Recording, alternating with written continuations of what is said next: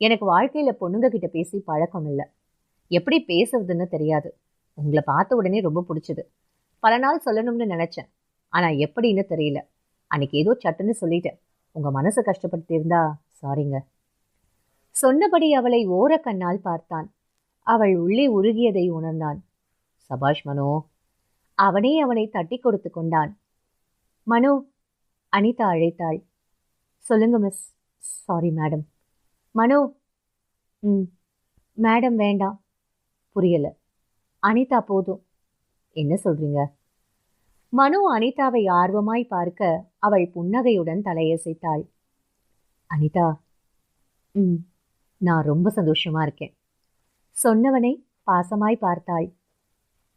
அனிதா, ம், எங்கேயாவது வெளியில மீட் பண்ணலாமா? மனு கேட்க ஒரு நிமிடம் தயங்கினாள்.